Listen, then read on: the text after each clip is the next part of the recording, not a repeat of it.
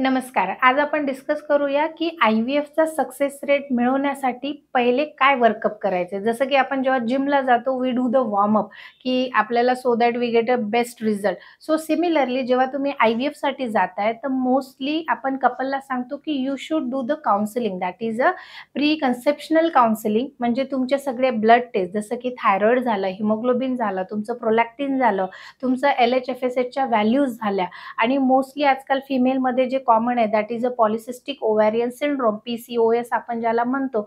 ह्या गोष्टी जर पहिलेच डिटेक्ट झाल्या तर डेफिनेटली तुम्हाला IVFसाठी चांगला रिझल्ट मिळतो. कारण की शेवटी स्त्री बीज पासूनच आपल्याला एम्ब्रिओ बनवायचा आहे.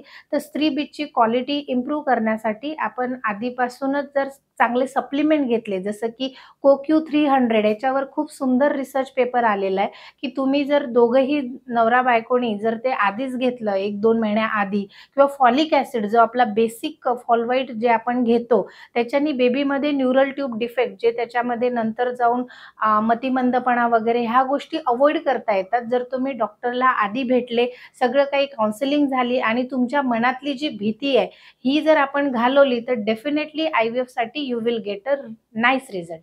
Thank you.